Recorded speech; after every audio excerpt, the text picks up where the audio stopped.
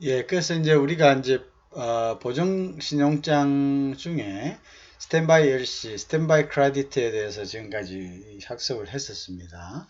그럼 보증신용장은 또 어떤 경우에 사용이 되냐면 계약이행보증서에 사용됩니다. 계약이행보증서 같은 경우는 건설공사 같은 거 하겠죠, 그죠? 그래서 건설공사 같은 거 하면은 건설공사를 계약을 해놓고 건설공사를 실행하지 않는다든지 뭐 이런 경우가 있을 수 있겠죠. 그러면 뭐 원인이 있어 내가 뭐 사정이 있어서 안 되겠습니다. 뭐 이거로 끝난다면은 그 계약은 너무나 불안전해지겠죠. 왜냐하면 계약을 하면 그 계약 순간을 중심으로 해서 또 많은 거래 관계가 그죠 발생하게 되는 거죠. 그 기초적인 이제 그 건설공사의 예를 든다면 계약이 이행될 것이라는 것을 믿고 그것을 준비하기 위해서 양 당사자는 또 나름대로의 어떤 법률 관계를 진행시킬 겁니다. 그런데 한쪽의 당사자가 이거 뭐 아무것도 아니라는 그런 투로 계약을 갖다가 만약에 이행하지 않으면은 그것은 너무 그 황당하고 불안정한 이제 이런 상황이 되죠. 그래서 그러한 것을 조금이나마 방지하기 위해서 이행보증서를 끊어서 보증을 하는 경우가 있습니다. 그래서 계약을 갖다가 이행하겠다. 계약을 이행하지 않으면 자기가 거기에 대한 위반되는 만큼의 대가를 치르겠다 하는 것이 바로 이행보증서죠. 그래서 우리가 보통 그런 걸 퍼포먼스 본드다 이렇게 합니다. 퍼포먼스 본드다. 그래서 어떤 계약과 외국과의 계약을 하고 나면 그 퍼포먼스 본드를 끊어서 넣는 경우가 많습니다.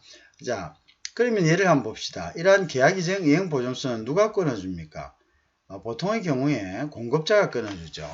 자, 그래서 우리가 일반적인 LC는 상품을 구입할 LC를 오프닝하는 사람은 결국 수입자가 되지만 보증신용장 즉 스탠바이 크레디트를 갖다가 발행하는 쪽은 수출자가 되는 경우가 많겠죠. 그죠? 그러니까 수출자가 내가 당신하고 한 계약에서 수출을 이행하지 않으면 이만큼의 손해배상을 하겠다는 거죠. 만약에 이제 그거를 갖다가 뭐 그냥 그것을 그냥 뭐 법률적으로 해결한다면 엄청난 시간이 소요되겠죠. 손해배상 한다면 뭐 그걸 갖다가 서로 따지고 이렇게 하면은 시간과 비용이 더 많이 소비가 될 것입니다.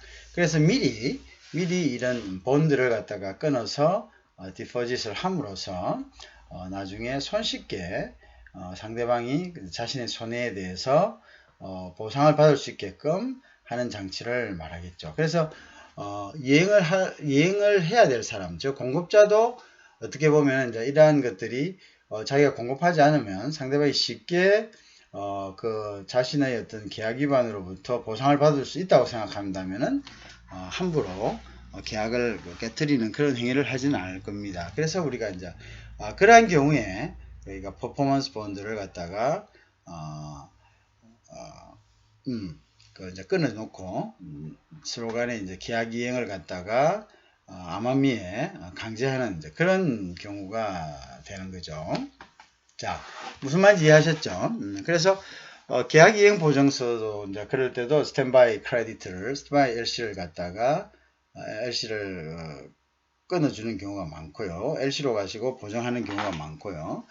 이제 또 어떤 성능을 보정하는 거 있지 않습니까? 그죠? 성능을 보정하는 것도 뭐 그것도 일종의 퍼포먼스 본드인데요. 이행 보정서라는 뜻도 있지만 어떤 어떤 그 기계의 어떤 퍼포먼스, 그죠? 기계가 계약한 것 같이 잘 돌아가도록, 그죠? 돌아가도록 이제 하는 그러한 것들도 역시 퍼포먼스 본드다 이렇게 이야기할 수 있겠죠. 그러면 이제 하자 보증금을 이야기를 하겠죠. 하자 보증금 일종의. 자, 그래서 기계가 잘 안 돌아간다면은 그 본드에서 손해배상을 갖다가 청구하는 자, 그런 부분이 되겠습니다. 그래서 이러한 이제 계약 이행 보증서라는 것은 국제간의 건설공사 계약 등 대형 거래에서 계약 이행에 대한 보장을 받았는데 계약 조건대로 이행되지 않을 경우 이로 인한 손해를 보상하기 위해서 보증신용장이 이용됩니다. 사정에 의해 계약이 불이행되었다면 수익자는 보증신용장 조건대로 이때 수익자는 수입자는 또는 발주를 준 사람을 이야기하겠죠.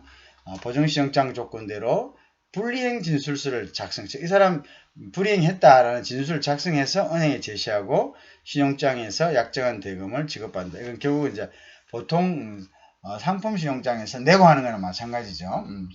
자, 우리가 상품을 위한 신용장을 여는 사람이 물건을 사는 사람 수입업자입니다. 이제 발주자를 이야기하겠죠. 그런데 여기 퍼포먼스 본드는 이행 보증이니까 이러한 공급의 이행을 보증하겠다 이런 의미가 되겠죠. 그럼 결국은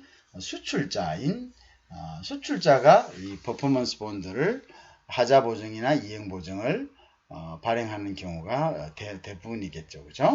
그래서 수출 계약을 했는데 내가 물건을 만들어서 당신에게 주지 않으면 이러한 대가를 치르겠다라는 이제 그런 약속의 의미가 되겠죠.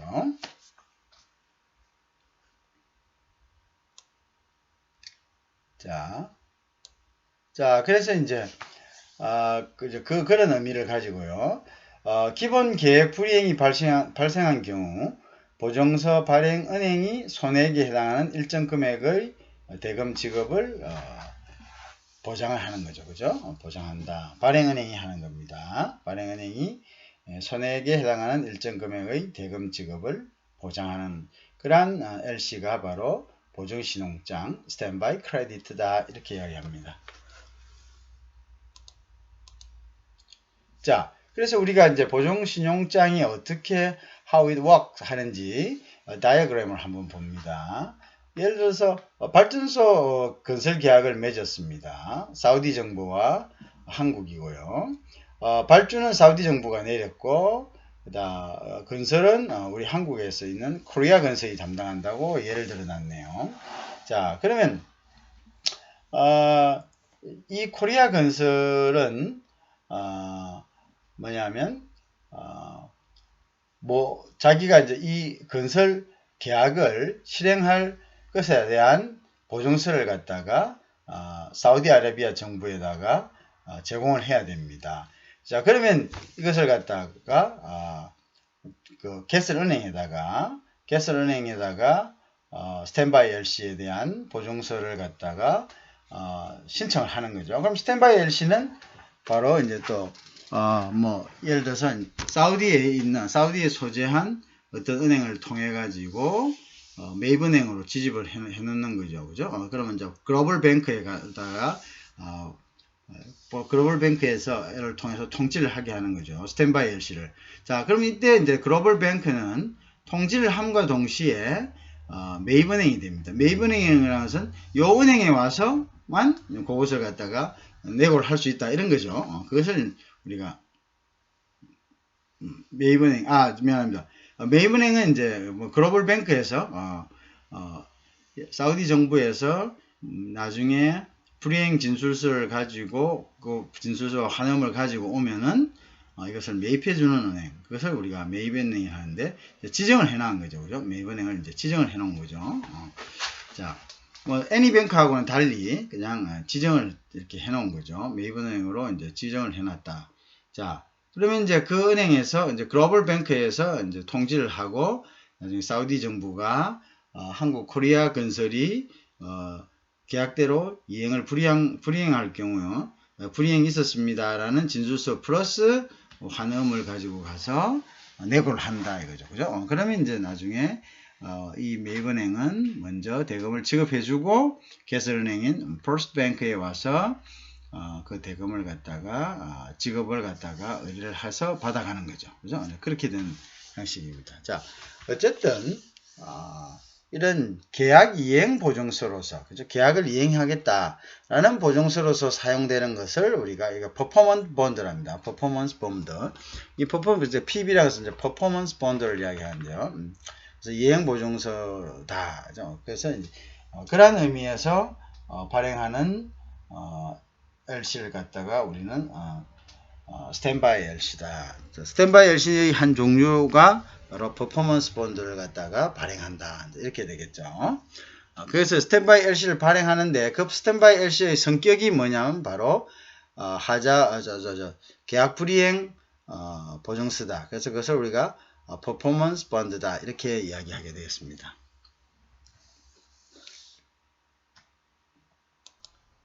자, 그 다음에 그다음에 이제 그 입찰 보증서 같은 경우죠. 스탠바이 LC가 이제 입찰 보증서 같은 거. 그러니까 아까 얘기한 것도 뭐 거의 비슷한 거죠. 이행 보증서나 입찰 보증서나 입찰을 할 때 우리가 이제 기본적으로 자격을 어떤 뭐 아무나 입찰시켜서는 안 된다는 그런 기준도 또 있겠죠. 그래서 어느 정도 자격을 가진 어느 정도 보증을 할 수 있는 능력을 증명해야지 이 입찰이 만약에 이제 낙찰이 됐을 때 이것을 시행할 수 있는 능력이 있겠다는 것을 증명하는 이제 그러한 서류로서 우리가 스탠바이 크레디트를 요구하는 경우가 있겠죠. 그래서 또한 같은 효과도 있습니다. 이행 보증의 효과도 있겠죠. 그래서 입찰에서 낙찰이 되고 본 계약을 하지 않을 때는 그 입찰 보증금을 손해배상을 위한 금액으로 가져가 버리는 이제 그런 효과를 또 가지고 있겠죠. 그래서 국영기업에서의 대량의 물자 도입이나 건설공사 등 거래 규모가 큰 계약은 대개 국제입찰을 통해서 이루어지죠. 그래서 발주자 측에서는 이를 주는 쪽이죠. 낙찰자가 본 계약을 포기하게 되면 다시 재공고를 해야 하므로 시간, 비용 등이 손상이 발생하게 되는 건 당연하겠죠. 발주자는 입찰자가 공급자나 건설계약자로 선정된 후 실제 본 계약의 체결을 포기하는 경우에 손해방지를 위해 낙찰자로 하여금 한 10% 보통 뭐 이렇게 내외에서 보증금 성격으로 요구하는 경우가 있습니다. 그래서 이제 낙찰자가 본 계약을 포기하면 이 보증금을 몰수하여 손해를 만회한다. 그죠? 그래서 보통 공사 규모가 크기 때문에 입찰 보증금도 상당히 큰 액수입니다. 입찰 보증금이 상당히 큰 액수고 또 이러한 정도의 입찰 보증금을 제공할 수 있는 업체가 역으로 이야기하면 공사를 갖다가 공사를 시행할 수 있겠다라는 확신이 있는 거죠. 그래서 입찰 보증금을 제시를 요구를 하고 있는 경우가 많습니다.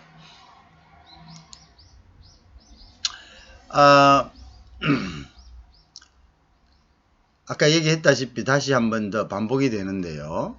무신용장 방식에서의 보증시용장이다. 무신용장 방식에서의 그 보증시용장, 즉 무신용장이라는 것은 이제 무담보 보증을 이야기하는 거죠. 결국은 이런 경우는 무담보라는 것은 이제 다큐멘터리가 없는, 즉 서류를 동반하지 않는 그 자체로서 어떤 시용장의 역할을 하는 거죠. 이럴 경우에는 앞전에도 얘기를 했다시피 어떤 아까 조금 전에 한 보증금이라든지 또 뭐 비용이라든지 비용이나 수수료나 같은 얘기니까요. 그 다음에 운임이라든지 이런 것들 어떤 물건을 구입하지 않지만 돈을 보내야 되는 경우죠. 그렇지만 그러한 것들이 이제 이미 행해졌다는 것, 이러한 것들을 서로 이제 증명을 받기 위해서 양자 간의 안전장치를 준 거죠. 그래서 우리가 보정 형식으로서 하는 것은 대부분 구입자가 아닌 제공자, 즉 공급자가 어떤 자신의 어떤 공급에 대해서 확정을 하는 이제 그런 형태가 되겠죠. 그래서 스탠바이 LC는 스탠바이 크레딧들은 대부분의 경우에 수입자가 아닌 수출자가 어떤 그 퍼포먼스를 갖다가 이행을 보증한다는 의미에서 발행되는 경우가 많습니다. 그죠? 그래서 그 점을 조금 물론 수출자가 다 보증하는 건 아니죠. 성격에 따라서는 수입자가 부가적으로 또 보증해 가는 것을 열어주는 경우도 있습니다. 그래서 그렇지만 대부분 이제 그 수입자, 수출자 말합니다. 공급자가 어떤 이행을 갖다가 약속하는 그러한 이제 의미에서 발행하는 경우가 많다고 그렇게 보면 됩니다. 자, 그래서 이제 지금까지는 우리가 이제 신용장이 어떤 종류고 뭐 이러한 것들 뭐 분류라든지 성격이라든지 이러한 그 어떤 이론적인 것에 대해서 쭉 훑어봤습니다. 이제 지금부터는 실제 신용장, 물론 지금까지 강의를 하면서 신용장이 실제적으로 어떻게 행해지는가 하는 것에 대해서도 같이 융합해서 강의를 했습니다. 그래서 이제 이런 경우가 보통의 실무적인 경험을 토대로 해서 이야기를 드렸습니다. 지금은 이제 7장에서는 좀 더 지금까지 배운 것들이 실제 어떻게 행해질 때 이러한 용어들이 사용되었던가 하는 것을 한 번 더 리뷰해보는 그런 시간을 갖도록 하겠습니다. 그래서 뭐 계속 중복이 될 겁니다. 앞에 나왔던 이제 그러한 용어들이 중복이 되는데요. 그렇지만 이런 것들을 계속적으로 반복함으로써 각인되는 것이고요. 그래서 각인함으로써 여러분들이 나중에 실질적으로 이것이 실무에 어떻게 이용되는가에 대한 확신이 있을 때 자신 있게 무역 업무를 진행해 나갈 수가 있을 것입니다. 그래서 이런 부분들에 대해서 한 번 더 지금까지 배운 용어들을 실무와 연결해서 한 번 더 리뷰해보는 그런 시간을 갖도록 하겠습니다. 그래서 신용장 거래의 실무다라는 파트입니다. 자, 그래서 아까 조금 전에 얘기했다시피 반복됩니다. 그래서 반복되지만 여러분들이 한 번 더 복습한다는 의미에서 여러분 잘 리뷰해 보시기 바랍니다. 그래서 이제 신용장 그 개설과 통지죠. 자, 그러면 신용장 개설 신청은 수입자가 먼저 그죠? 일단 이제 계약 거래가 성립이 될 수 있겠죠. 그 앞에는 여러 가지 그 과정들이 있을 수가 있어요. 우리가 서큘러 레터를 보내고 그 다음에 거기에서 또 리플라이를 받고 그 다음 오프를 또 내고 또 오프에 대한 카운터 오프를 내고 이제 카운터 오프에 대해서 이제 어그리가 되면은 이제 펌 오프를 내죠. 펌 오프를 내고 펌 오프가 되고 나면 이제 컨트랙을 만들겠죠. 이제 컨트랙을 만들어서 컨트랙의 내용에 어떻게 할 것인가. 자, 그런데 여기 한 가지 우리가 주의할 게 있습니다. 우리가 계약서를 작성했다 하지만 계약서에 TT를 해라 했어요. 또는 뭐 계약서에 다른 방법을 썼습니다. 여러 가지 우리가 신용장을 이용하지 않는 방법도 있었죠. 그런 방법을 썼는데 근데 수입자가 신용장을 개설했다고 합시다. 신용장을 개설하면 그럼 이 신용장은 계약서 내용하고 맞지 않으니까 이것은 당연히 신용장의 효력이 없다라고 생각할 수가 있지만 사실 신용장은 독립성의 원칙입니다. 그래서 계약서가 어떻든 간에 신용장에 개설된 그 내용은 모두 다 유효한 것입니다. 그죠? 모두 다 유효한 것. 그것을 이제 받고 안 받고는 수출자가 결정하는 거죠. 근데 유효하다는 이야기는 일단 받았다는 전제를 하고 있는 거거든. 그래서 신용장을 계약서의 내용에는 신용장이 아닌 다른 방법으로 했는데 신용장을 서로 확인해 보지도 않고 그냥 신용장을 갖다가 받아버렸다. 인정해버렸다. 그리고 진행해버렸다. 그렇다면은 신용장은 계약서의 내용하고는 전혀 별개로 그 신용장에 있는 내용대로 유효성을 가집니다. 독립적으로 유효하다 이런 이야기죠. 그래서 계약과는 별개다. 뭐 계약이 깨졌든 뭐 어떻게 됐든 그거는 시용장의 영향은 미치지 않습니다. 그래서 그러면 역으로 이야기한다면 상대가 중간에 계약을 바꿀 염려가 있다라고 생각되는 시용장 거래를 요구하는 게 더 안정적이겠죠. 그쵸?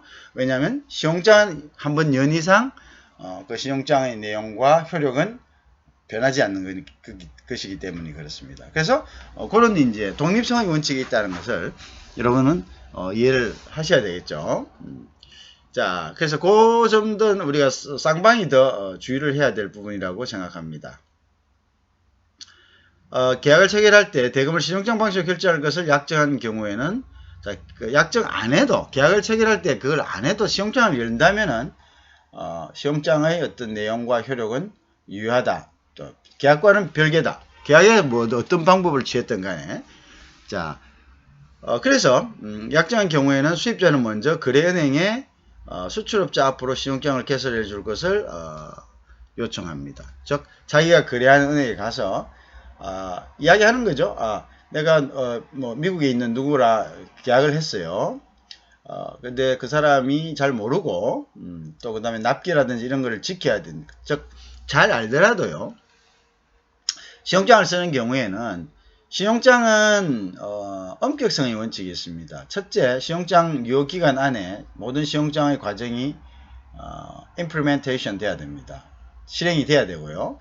그 다음에 최종 성적이 있고요. 그 다음에 내고일이 정해져 있습니다. 그죠? 내고일을 구체적으로 정하지 않았다 하더라도 시용장에서 관례에서 관습적으로 요구되는 내고 기일이 있습니다. 그래서 그 기간 안에 시용장이 모두 끝나지 않으면 시용장의 효력은 상실된다. 그러면 시용장의 효력이 상실된다는 이야기는 결국은 수출업자가 선적을 하고도 돈을 받지 못하게 되는 상태가 발생할 수 있다는 거죠. 자, 수입업자의 입장에서는 시용장으로 페이먼트를 한다면은 자기가 필요한 서류나 모든 물건들을 엄격하게 정해진 시간 내에 받아볼 수 있는 가능성이 높아지겠죠. 왜냐하면 그 시간 내에 모든 서류와 선적이 이루어지지 않으면 수출업자는 그 시용장 이득을 볼 수가 없게 되고요. 결국은 나중에 손해배상의 문제까지 발생하는 그러한 불이익을 받을 수 있기 때문에 수출업자는 시간에 맞추어서 시용장에 있는 모든 내용을 실천할 것입니다. 자, 그래서 이제 이러한 장점이 있는 거죠. 자, 그래서 수입업자는 수출업자에게 그 수출업자가 필요한 수출업자 앞으로 시용장을 엽니다. 자, 조금 전에 얘기했다시피 누구와 거래를 해서 돈을 이제 대금을 지급해야 되는데 그 사람에 대해서 잘 모릅니다. 내지는 우리가 엄격하게 이 물건을 받아야 되기 때문에 시용장을 열겠습니다. 이렇게 이야기하죠. 그러면 수입업자, 즉 구입하는 사람이죠. 이 컨사인이라고도 하고, 이 컨사인이가 바이어가 거래하는 은행에 갑니다. 보통 자국에 있는 자기 주거래 은행에 가는 게 일반적입니다. 나중에 여러 가지 이제 다큐멘터리한 문제들을 하기 위해서는 증명이 필요하고 등록이 필요하고 이런 부분이 있는데 자기 주거래 은행은 이런 것들을 미리 다 등록해 놨기 때문에 뭐 할 때마다 매번 등록하는 이러한 번거로움으로 인한 시간과 비용을 소비하지 않는 장점이 있죠. 가서 이제 하면은 가서 요청을 해주면 이제 외국환 거래 약정을 합니다. 그죠? 수입업자는 시용장 개설에 앞서 시용장 거래에 따른 약정을 개설을 체결합니다. 그죠? 여러 가지 이제 조건이 있겠죠. 약정을 하고요. 그리고 이제 시용장 개설 신청서를 작성을 합니다. 애플리케이션 폼을 주죠. 자, 그 이제 신청서 안에 수입자가 수출자에게 요구하는 서류라든지 이러한 여러 가지 이제 조건들을 기입을 하죠. 이 조건들이 결국은 하나의 별개의 어떤 컨트랙트와 세퍼레이트된 계약서와 별개의 하나의 또 다른 계약이 되는 거죠. 그래서 독립성의 원칙이다. 그래서 여기에서 요구되는 서류를 계약서에는 이런 서류 요구하지 않기로 했는데 왜 이걸 여기 썼습니까? 그래서 이거는 계약서하고 틀리기 때문에 이 수용장은 유효하지 않습니다. 라고 할 수 없습니다. 라고 분명히 막 이야기했습니다. 신용장과 계약서는 별개의 것이다. 그래서 신용장의 애플리케이션 폼에 요구되는 이러한 요구사항은 엄격성의 영역이 있습니다. 그것이 지켜지지 않으면 수출업자는 나중에 물건을 선적하고 선적 서류를 갖다가 수입자가 요구하는 서류를 갖추어서 은행에 가서 내고를 해야 되는데 이때 요구하는 서류는 모두 신용장에 기입되어 있습니다. 신용장의 requirement document나 optional condition에 다 기입되어 있는 그런 조건들이죠. 그래서 그러한 것들을 우리가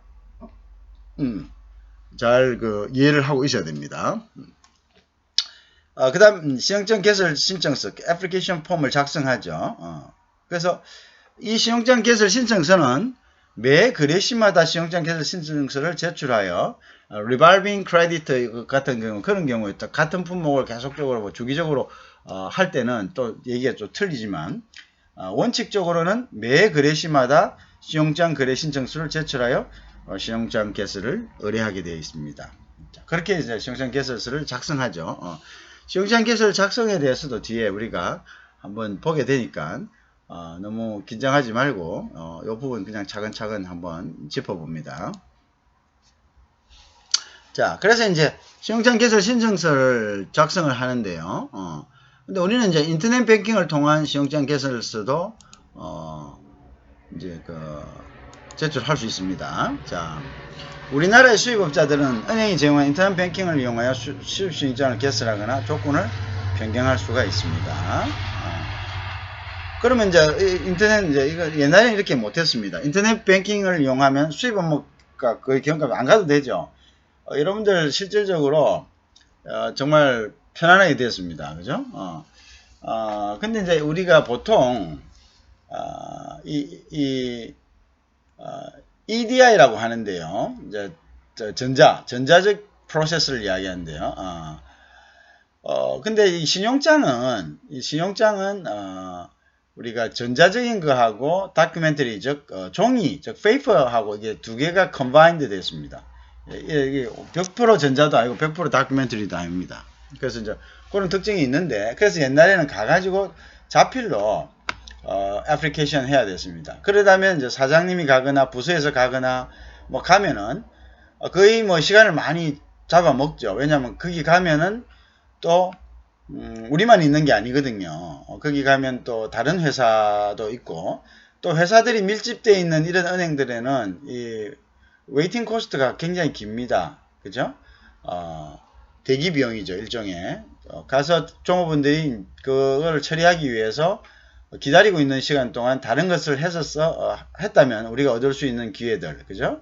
그걸 우리가 이제 waiting cost 하죠. 그건 이제 waiting opportunity라고 하는데요. 경제학적으로. 어쨌든 그러한 부분들에 대한 것을 줄일 수 있죠. 가서 기다리지 않아도 되고요. 바로 인터넷으로 동시에 신청하면은 아무리 많은 사람들이 신청해도 데이터베이스에 스토리지 돼서 그 다음에 이제 그걸 가지고 뭐 은행이 처리하면 되는 거고요.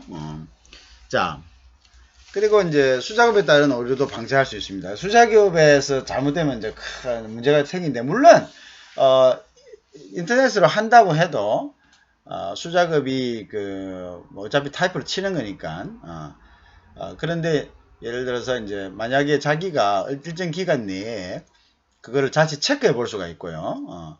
사실 우리가 창구에서 하면은 뒤에 사람들도 막 이렇게 앉아 있고 이러기 때문에 이러한 부분들을 하기가 굉장히 부담스럽습니다. 자, 한번 자세히 봅시다 하면 은행 직원도 조금 이제 짜증스러워 하고요.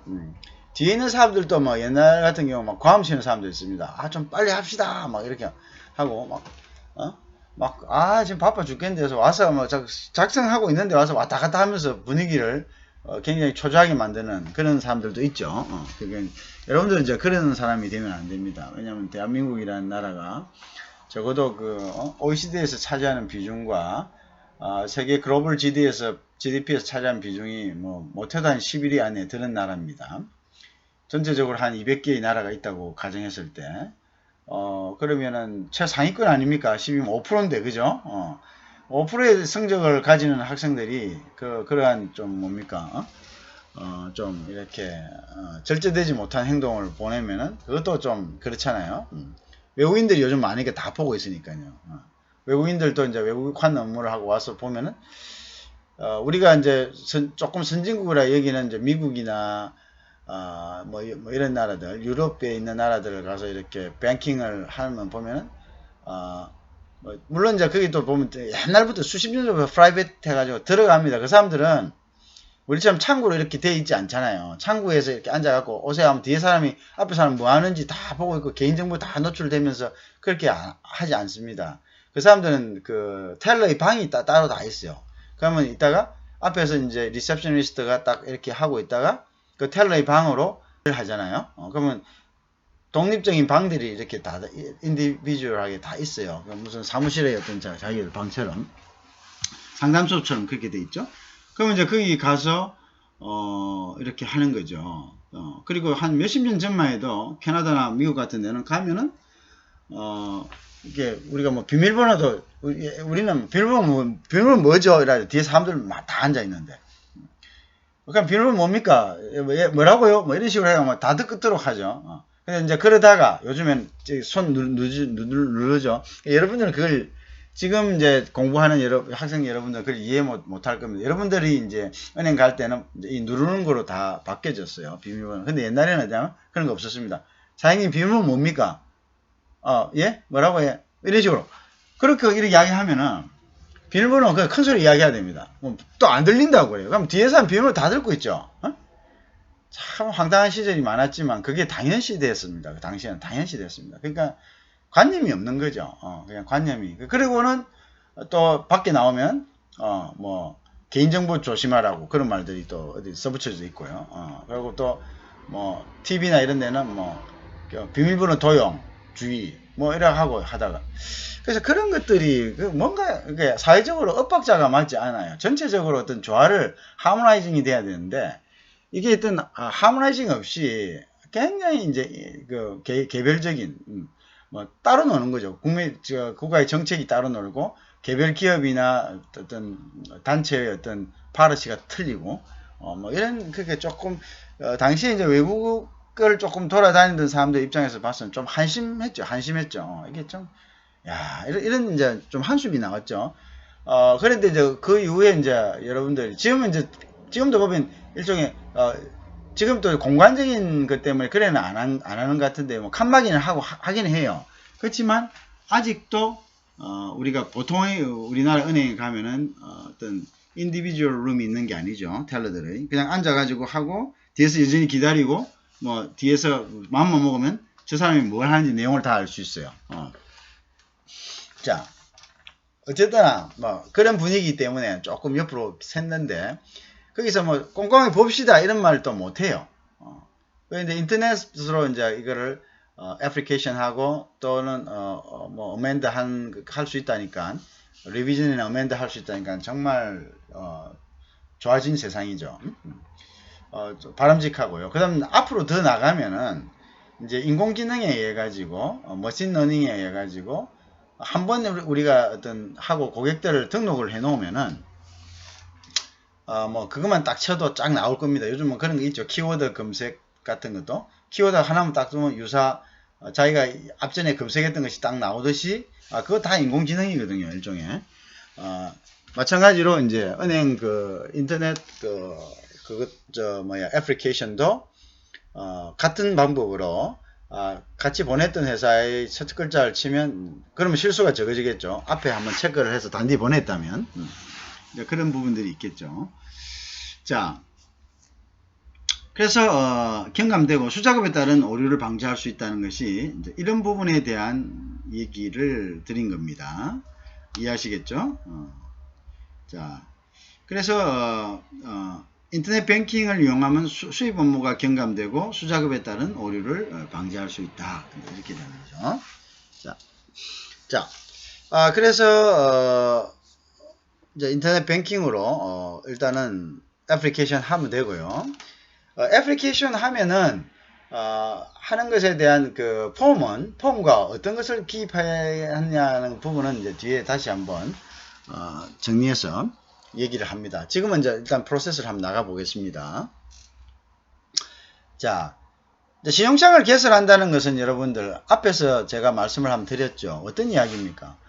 그래, 수출업자와 수입업자 사이에서 서로 간에 신용이 없습니다. 수출업자와 수입업자는 한 번도 본 적이 없거나 아니면 아직 신용장을 이용한다는 것은 서로 간에 신용을 확실하지 못하겠다는 이야기겠죠.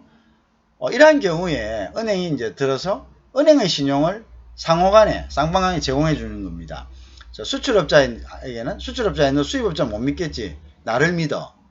내가 저 사람이 물건을 실는 걸 확인한 다음에 너희 돈을 지급해 주겠어. 그러니까 걱정하지 말고 나한테 맡겨. 자, 그 다음에 수출업자에게는 수출업자야. 너 수입업자 못 믿지? 나한테 맡겨. 내가 그걸 갖다가 신용을 내가 제공해 주겠어. 내가 돈을 확실히 너한테 주겠어. 그렇게 하는 거죠. 그러니까 수출업자, 수입업자 쌍방간에 대해서 신용을 제공하는 역할을 하는 것이 바로 신용장입니다. 그리고 이 신용장은 은행 간의 네트워크에 의한 약속이고 은행 간의 어떤 은행 안에서 자기들이 만든 상품입니다. 일종의. 거기는 이제 수수료도 있고 이자도 받고 뭐 여러 가지 이제 비용이 발생하는 부분이 있으니까 결국은 신용장은 뭐냐면 대출이죠. 대출. 어떤 대출입니까? 수입업자에게 우선 자기 신용장 수입업자에게 그래 내가 우선 저 사람이 서류만 확실히 실으면 물건만 확실히 싣고 서류만 챙겨오면 확실히 네가 원하는 서류만 챙겨오면 내가 돈을 먼저 주겠다. 그러니까 걱정하지 마라. 그러니까 그 돈을 주는 거는 뭡니까? 결국 어떻게 됩니까? 결국은 수입업자를 대신해서 먼저 주면 물론 우리가 이제 지급신용장이나 이런 것들은 미리 받아가 주는 경우도 있습니다. 어쨌든 그런 도 있지만 보통 매입신용장은 먼저 주는 거죠. 그러니까 이거는 먼저 준다는 것은 수입업자가 어떻게 하는 거죠? 자기가 대출을 갖다가 내서 먼저 주는 거나 마찬가지입니다. 대출을 은행으로부터 돈을 빌려서 주는 게 마찬가지니까 우리가 은행에서 돈을 빌릴 때는 어떻게 합니까? 은행에서 돈을 빌릴 때는 은행이 돈을 이 사람이 갚지 않으면 안 되니까 담보를 제공하겠죠. 신용장도 대출이기 때문에 일종의 대출이기 때문에 똑같이 담보를 제공해야 됩니다. 그 담보는 대부분 돈으로 제공해야 됩니다. 왜? 어차피 네가 줄 돈을 내가 확인해보고 먼저 주는 거거든요. 내가 먼저 주는 거거든요. 그러니까 나중에 그걸 회수할 때도 돈으로 그대로 돈을 먼저 주고 그 다음에 돈으로 그대로 뭐 그런 거죠. 야 친구야 내가 어디 이제 누가 결혼을 한다고 합시다. 그럼 어떻게 합니까? 친구야 내가 못 가니까 네가 먼저 돈 좀 내 대신 돈 주고 내가 돈으로 바로 붙여줄게 이거죠. 그게 바로 신용장 아닙니까? 일종의. 그러니까 내가 그거 가서 확인 못하니까 네가 확인하고 먼저 돈 주고 돈 줘라 문제 없으면 그럼 내가 돈 붙여주겠다. 자 근데 돈 붙여주겠다는 친구 사이인데 은행은 돈 붙여주겠다는 걸 믿지 않죠. 그러니까 뭡니까? 그럼 돈을 미리 어떻게 내가 나중에 내가 먼저 돈 주고 나서 문제 없을 때 돈 주고 그 다음에 바로 내가 내 준 돈을 갖다가 바로 너한테서 내가 가져갈 수 있도록 돈을 갖다가 일단 내 돈은 아니지만 네가 돈을 왜? 내가 지금 아직 준 상태가 아니기 때문에 그죠? 내 돈은 아니지만 네가 먼저 돈을 우리 은행 계좌에다가 넣어놔라. 그리고 그 돈은 이 계약이 끝날 때까지 내가 이거 확인하고 주는 거 끝날 때까지 찾아가서는 안 된다. 그죠? 그렇게 되는 건 이제 유치권을 행사하는 거죠. 자, 이제 그러한 부분들이 우리가 소위 이야기하는 담보입니다. 그래서 왜 담보가 필요하느냐? 신용자를 개설해. 그래서 은행이 수입자를 대신해서 먼저 돈을 준다 이거죠. 매입신용장에 있어서는 먼저 돈을 주기 때문에 그렇기 때문에 그 돈을 회수할 방법을 우리 은행은 마련해내야 되고요. 그 회수할 방법이 먼저 준다는 것은 어떤 형식이냐면은 그 수입자 앞으로 대부를 발생시켜서 그죠? 뭐냐면 어떤 돈을 빌려줘서 그 다음에 그것으로서 먼저 주는 이런 형식입니다. 그러니까 수입자가 나중에 이제 이 돈을 주고 모든 신용장 거래에서 수입자가 나중에 최종적으로 서류를 인수하고 환음을 갖다가 매입할 때 그때 이제 돈이 이제 이쪽으로 넘어오거든요. 그때까지는 은행이 먼저 돈을 준 게 되기 때문에 이제 그때까지 신용장을 열어서 수입업자가 최종적으로 서류를 인수할 때까지의 기간에는 대부가 되는 것입니다. 그래서 그때까지 이자가 그 금액에 대한 이자도 발생하고 수수료도 발생하죠. 그러니까 이것이 은행의 베네핏입니다. 은행이 가지는 이득이죠. 신용장을 열었을 때. 상방에게 신용을 제공해주고 그 다음에 그에 대한 이득은 이자와 그 다음에 수수료를 받는 것입니다. 그것이 이제 이 신용장 거래에서의 하나의 프로그레스가 되는 거죠. 그래서 담보와 수수료란 말이 이제 여기서 나오는 겁니다.